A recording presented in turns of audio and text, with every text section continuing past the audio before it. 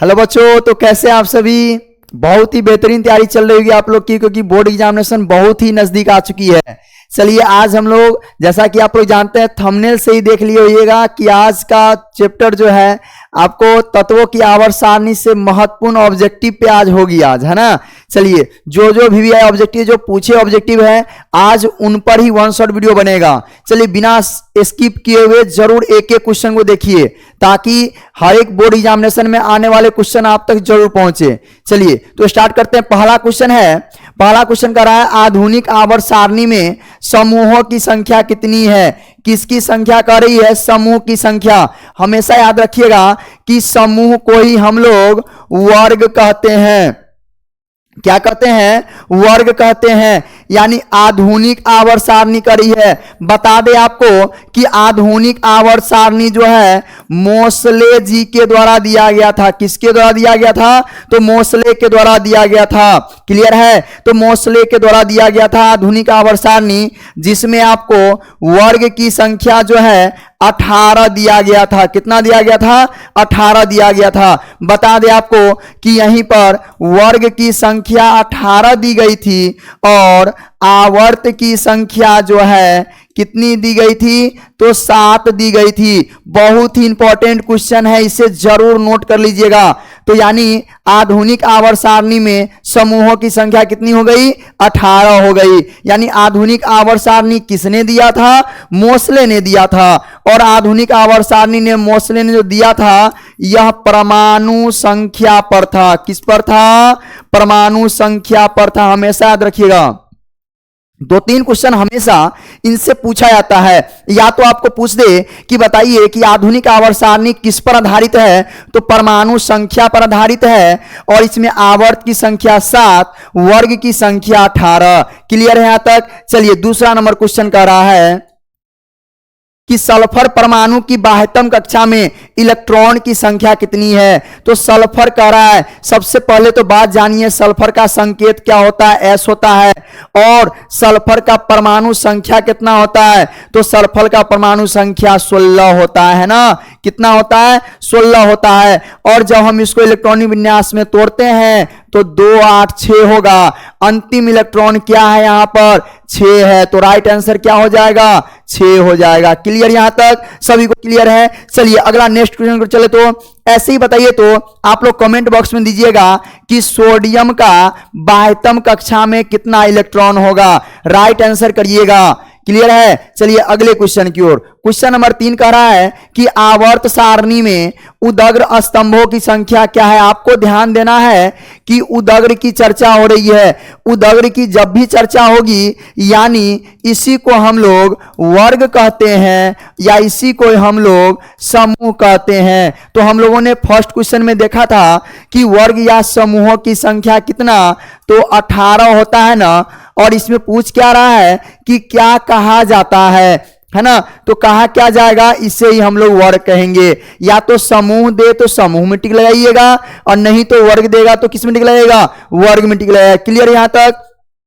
जो भी चैनल पे नए हैं जरूर चैनल को सब्सक्राइब करिए, ताकि हर एक आने वाला वीडियो आप तक जरूर पहुंच जाए, है ना। चलिए अगला क्वेश्चन है, क्वेश्चन नंबर 4 कर रहा है कि नाइट्रोजन के 2 परमाणुओं के बीच, नाइट्रोजन के जो 2 परमाणु होते हैं ना, उनके बीच किस प्रकार का आबंध होता है? कैसा आबंध होता है नाइट्रोजन परमाणुओं के बीच? तो बता दे कि त्रिबंधन होता है। इसके बीच क्या होता है? त्रिबंधन होता है। ध्यान दीजिएगा, नाइट्रोजन के 2 परमाणुओं के बीच त्रिबंधन होता है। कौन सा बंधन होता है? त्रिबंधन होता है। ध्यान रखिएगा, कौन सा बंधन होता है? तो त्रिबंधन होता है नाइट्रोजन के बीच। आप लोग बताइएगा कमेंट सेक्शन में कि हाइड्रोजन परमाणुओं के बीच जो है कितना बंधन होगा। कमेंट करिएगा, है ना। हर एक क्वेश्चन नंबर लिखकर उसका जवाब भी दीजिएगा। चलिए अगला क्वेश्चन है, क्वेश्चन नंबर 5 कह रहा है कि आवर्त सारणी के प्रथम वर्ग के सदस्य कौन है। यानी आवर्त सारणी जो है ना उसके प्रथम वर्ग के सदस्य पूछ रहा है। और प्रथम वर्ग के सदस्य जो है वो कौन सा हो जाएगा? अम्लीय होगा या क्षारीय धातु या अक्रिय या मिश्र धातु? तो बता दे आपको पहला का जो होगा वो क्षारीय धातु हो जाएगा, है ना। क्या हो जाएगा? क्षारीय धातु हो जाएगा। क्लियर है यहां तक? चलिए तो अगला क्वेश्चन, क्वेश्चन नंबर 6 नंबर, आवर्त सारणी में आवर्त सारणी में शून्य समूह का तत्व कितना है? कौन सा है शून्य समूह का तत्व? इनमें से कौन सा है शून्य समूह? सबसे पहला बात कि शून्य समूह हम किसे कहते हैं? तो जिसके बाह्यतम कक्षा में पूरा का पूरा इलेक्ट्रॉन भरा हो, यानी अंतिम कक्षा में 8 इलेक्ट्रॉन भरा हो, और वह होगा कौन? तो इसमें हीलियम। लेकिन देखिए आपको हीलियम का तो परमाणु संख्या 2 होता है, इसके अंतिम में तो 2 है, तो यानी 2 है, तो यानी पहला जो अक्रिय गैस है ना, अक्रिय तत्व जो है ना, वो हीलियम है। उसके बाद जो अगला आएगा ना नियॉन, यानी 10, 2, 8। उसके बाद आर्गन 18, 2, 8, 8। क्या आ रहा है लास्ट में? 8 आ रहा है ना। तो इसी प्रकार से आपको बताने हैं कि अक्रिय तत्व कौन कौन है। कमेंट बॉक्स में जरूर बताइएगा कि इसमें अक्रिय गैस जो है कौन कौन है और सब कौन कौन है। तो राइट आंसर क्या हो जाएगा इसका? हीलियम हो जाएगा। चलिए अगला क्वेश्चन है, क्वेश्चन नंबर 7 कह रहा है कि मीथेन में कितने सहसंयोजी आबंध है? सबसे पहले सहसंयोजी आबंध बहुत ज्यादा पूछा जाता है, तो ध्यान दीजिएगा। जैसे मीथेन कह रहा है तो मीथेन का फिगर पाड़िए, है ना, मीथेन का फिगर पाड़िएगा तो मीथेन में आपको सबसे पहले नजर आ क्या रहा है? मीथेन में है ना कितना लकीर है? तो 1 लकीर, 2 लकीर, 3 लकीर और 4 लकीर। तो संयोजन बंधन कितना हो जाएगा? 4 हो जाएगा, है ना। राइट आंसर क्या हो जाएगा? 4 हो जाएगा। ये किनका था? ये था मेथेन का था। इसी प्रकार से देखिए इथेन का पूछेगा, फॉर्मूला क्या होता है? C2H6 होता है ना।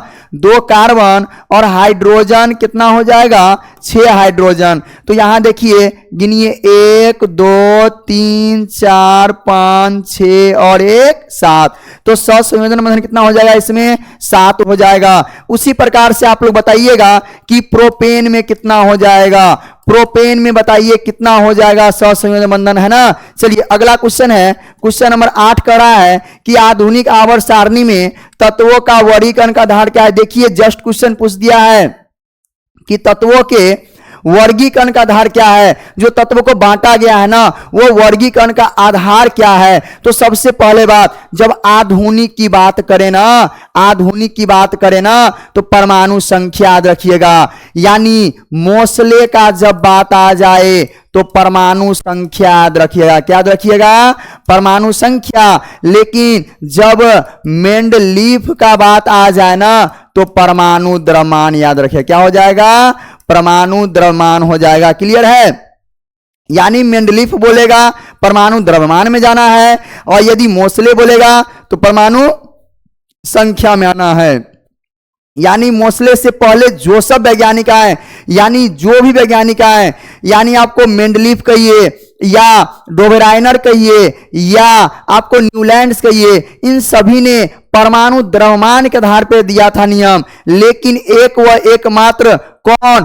तो मोसले साहब ने आपको परमाणु संख्या के आधार पर दिया था। चलिए अगला क्वेश्चन है, क्वेश्चन नंबर 9 नंबर है कि आधुनिक आवर्त सारणी में वर्गों की संख्या कितनी है? वर्ग कितना है? वर्ग की संख्या कितनी है? बताइए जल्दी से, फास्ट में। वर्ग कितना है आधुनिक आवर्त सारणी में? तो सबसे पहले बात तो आधुनिक जब ही देखिए वर्ग 18 लगाइए, है ना। वर्ग कितना हुआ?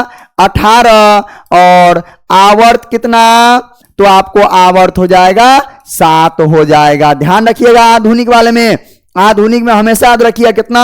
वर्ग 18 और आवर्त 7 हो जाएगा। चलिए क्वेश्चन नंबर 10 कह रहा है अमोनिया के अणु में नाइट्रोजन और हाइड्रोजन के परमाणु संख्या का अनुपात कितना होता है? सबसे पहले तो यहां अमोनिया यानी NH3 है ना, तो नाइट्रोजन कितना इसमें? 1 है, हाइड्रोजन कितना? 3 है। तो रेशियो क्या हो जाएगा? 1:3 हो जाएगा। क्लियर है? क्वेश्चन नंबर 11 नंबर, चलिए क्वेश्चन 11 कह रहा है लोहे का परमाणु संख्या। बुआ ध्यान दीजिए, लोहा Fe का परमाणु संख्या बोल रहा है। क्या याद है? हमने ट्रिक बताया था इनका याद करने का, परमाणु संख्या। तो क्या हो जाएगा? इसका आंसर राइट हो जाएगा 26 हो जाएगा। यानी लोहा का परमाणु संख्या कितना होगा? 26 हो जाएगा।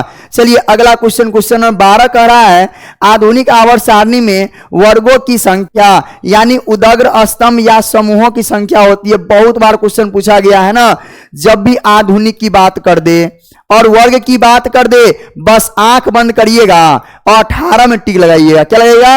18 में टिक लगाइएगा। ध्यान रखिएगा हमेशा, यदि आपको आधुनिक बोला, जब ही आधुनिक बोला तो वर्ग की संख्या 18 में टिक लगाइएगा। क्वेश्चन नंबर 13 कह रहा है हीलियम कैसा तत्व है, यानी ये हीलियम कैसा तत्व है, तो सबको पता होना चाहिए हीलियम एक अक्रिय तत्व है। कैसा तत्व हुआ? अक्रिय तत्व है, निष्क्रिय गैस है, वो किसी से अभिक्रिया नहीं करता है। क्यों? क्योंकि इसके बाह्यतम कक्षा पूरे भरे हुए हैं, है ना। चलिए अगला क्वेश्चन, क्वेश्चन नंबर 14 आवर्त सारणी में कितने आवर्त हैं? आवर्त सारणी जो है आधुनिक वाले, उसमें कितने आवर्त हैं? आवर्त मतलब क्षैतिज रेखाएं, है ना। कितने हैं तो बता दे आपको कितना है आवर्त, तो 7 हैं। कितना है? 7 हैं। क्लियर यहां तक? कितने हैं? 7 हैं। चलिए क्वेश्चन नंबर नेक्स्ट कर रहा है 15 नंबर में आवर्त सारणी में कितने आवर्त यानी क्षैतिज पंक्तियां होती है। आवर्त सारणी में जो है कितने आवर्त या क्षैतिज पंक्तियां है, वही क्वेश्चन सेम टू सेम पूछा गया है। तो कितना हो जाएगा? 7 हो जाएगा। चलिए क्वेश्चन नंबर 16 कह रहा है बस सेम टू सेम यही क्वेश्चन पूछ दिया फिर से कि क्षैतिज पंक्ति कितनी होती है, तो राइट आंसर क्या हो जाएगा? 7 हो जाएगा। अगला क्वेश्चन है ओजोन के एक अणु में ऑक्सीजन के परमाणु की संख्या, सबसे पहले तो ओजोन का सूत्र O3 होता है कि नहीं होता है, और जब O3 होता है तो परमाणु की संख्या कितना होगा ऑक्सीजन में, तो 3 हो जाएगा। कितना हो जाएगा? 3 हो जाएगा। चलिए अगला क्वेश्चन है 18 नंबर आवर्त सारणी में BSI, GE, AS, SB या TE तथा PO किनका है? क्या है वो? धातु है, अधातु है, गैस है या उपधातु है? क्या हो जाएगा जी? तो जो भी देखिए, जब भी जर्मेनियम, आर्सेनिक, सिलिकॉन, जब भी ये सब नजर आ जाए ना, ये सब, तो आपको हमेशा ध्यान रखना है कि वह क्या हो जाएगा? उपधातु हो जाएगा, है ना। क्या हो जाएगा? उपधातु हो जाएगा। क्लियर है। चलिए अगला है 19 नंबर अष्टक का नियम। जब भी अष्टक आ जाए, देखिए उतना नहीं पढ़ना है आपको, जब भी अष्टक आ जाए ना, तो किनका अष्टक नियम? तो न्यूलैंड्स का अष्टक नियम। किनका अष्टक नियम? न्यूलैंड्स का अष्टक नियम दिया गया। न्यूलैंड्स ने अष्टक नियम दिए जिनमें उन्होंने वो सॉन्ग कौन सा? सा रे गा मा पा दा नी, है ना। यानी आपको सा रे गा मा पा दा नी, फिर देखिए तो 1 2 3 4 5 6 7, फिर 8वां जो आएगा फिर आ जाएगा आपको सा आ जाएगा। तो हमेशा ध्यान रखिएगा बुआ कि न्यूलैंड्स ने जो अष्टक नियम दिया था वो सॉन्ग सारे गांव पर दिया था, और जिसमें उन्होंने बताया कि देखिए कि जो भी तत्व का गुण आने वाला है ना, वो 8वें तत्व के गुण जैसा मैच करेगा। चलिए क्वेश्चन नंबर 20 कह रहा है क्लोरीन के परमाणु के बाह्यतम कक्षा में इलेक्ट्रॉन की संख्या। क्लोरीन कह रहा है ना, क्लोरीन का पहले तो तोड़िए, 2 8 क्या हो जाएगा? 7 हो जाएगा। और कह रहा है बाह्यतम कक्षा में कितने इलेक्ट्रॉन हैं, तो सबसे आसान सा है, क्या हो जाएगा? 7 हो जाएगा, है ना। क्या हो जाएगा? 7 हो जाएगा। क्लोरीन में कितने? तो 7 हो जाएगा। चलिए 21 नंबर क्वेश्चन है आवर्त सारणी का समूह 1 यानी वर्ग 1 जो है के तत्व क्या कहलाते हैं, तो सबसे आसान है, क्षारीय धातु कहलाते हैं। क्या कहलाते हैं? क्षारीय धातु। देखिए फर्स्ट को हम लोग क्षारीय धातु कहते हैं। क्या कहते हैं? क्षारीय धातु। और सेकेंड वाले वर्ग को हम लोग क्या कहते हैं? क्षारीय मृदा धातु कहते हैं। याद रखिएगा, है ना। 18वां को हम लोग क्या बोलते हैं बुआ? तो अक्रिय गैस वाला समूह, अक्रिय गैस वाला समूह, है ना। और 17वां को हम लोग हैलोजन बोलते हैं। क्या बोलते हैं? हैलोजन बोलते हैं। इन सब क्वेश्चन जो है आपको बोर्ड एग्जाम में पूछा जाता है। चलिए अगला क्वेश्चन है 22 नंबर आधुनिक आवर्त नियम के अनुसार तत्वों का गुण धर्म क्या होता है? तत्वों का जो गुण धर्म है, आधुनिक आया ना, तो जब ही आधुनिक आया तो परमाणु संख्या मानिए। क्या मानिएगा? परमाणु संख्या मानिएगा। हमेशा आधुनिक आया तो परमाणु संख्या, और यदि आपको मेंडलीफ आए तो परमाणु द्रव्यमान मानिएगा।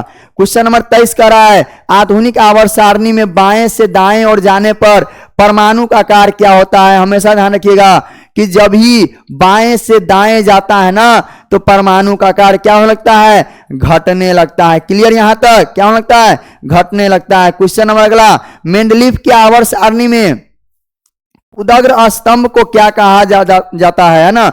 जो मेंडलीफ जो आवर्त सारणी दिए, उनके उदग्र स्तंभ को क्या कहा जाता है? तो उदग्र को हम लोग ग्रुप कहते हैं, या इसी को हम लोग समूह कहते हैं। चलिए अगला क्वेश्चन है 25, आधुनिक आवर्त सारणी में कौन सा आवर्त अभी तक अधूरा है? यानी कौन सा आवर्त जो है अभी तक पूरा नहीं भरा हुआ है? तो लास्ट में क्या आता है? 7वां ना, तो 7वां अभी तक पूरा नहीं भरा हुआ है। चलिए क्वेश्चन नंबर 26 कर रहा है, आधुनिक आवर्त सारणी की क्षैतिज कतारें निम्नलिखित में क्या कहलाते हैं? जो क्षैतिज कतारें हैं ना, वो क्या कहलाते हैं? आवर्त कहलाते हैं, समूह कहलाते हैं, कोष कहलाते हैं, या इनमें से कोई नहीं? तो जब भी क्षैतिज आ गया ना, तो क्या हो जाएगा? आवर्त कहलाता। ऊर्ध्वाधर की बात आएगी, ऊर्ध्वाधर आएगा तो वर्ग हो जाएगा, इसी को हम लोग समूह कहेंगे। लेकिन क्षैतिज आए ना, तो इसे हम लोग आवर्त कहते हैं ना। क्या कहेंगे? आवर्त कहेंगे बुआ। चलिए क्वेश्चन नंबर 27, मेंडलीफ के आवर्त नियम में तत्व वर्गीकरण का आधार क्या है? जो तत्व का वर्गीकरण का आधार किया गया ना मेंडलीफ में, क्या था? तो परमाणु द्रव्यमान था। मेंडलीफ है ना, हम पहले ही बोल चुके हैं कि जब भी मेंडलीफ की बात आए तो परमाणु द्रव्यमान दीजिएगा। परमाणु द्रव्यमान का ये आवर्त फलन था मेंडलीफ का, लेकिन मोसले का जो है परमाणु संख्या का आवर्त फलन था, है ना। चलिए क्वेश्चन नंबर 28 कर रहा है, निम्नलिखित में कौन अक्रिय गैस है? कौन अक्रिय गैस है? तो क्या अक्रिय की बात आ रही है ना, जिसके कक्षा में बाहरी कक्षा में पूरा इलेक्ट्रॉन भरा हो, तो क्या हो जाएगा? हीलियम हो जाएगा, है ना। क्या हो जाएगा? हीलियम हो जाएगा। चलिए क्वेश्चन नंबर 29 का रहा है, आवर्त सारणी के प्रथम वर्ग का सदस्य है। आवर्त सारणी का जो है प्रथम वर्ग का तत्व क्या कहलाता है? तो क्षारीय धातु कहलाता है ना। जस्ट अभी बताया है, क्षारीय धातु कहलाता है। चलिए तो आज का सही यहीं तक रहा। तत्वों की आवर्त सारणी से मोस्ट वी एवरेज निकाले हम लोग। तो चलिए इसलिए मिलते हैं हम लोग नेक्स्ट वीडियो की ओर। जो चैनल पर नया है जरूर चैनल को सब्सक्राइब कर लीजिए, ताकि आने वाले हर एक नोटिफिकेशन आपके पास जरूर पहुंचे। धन्यवाद।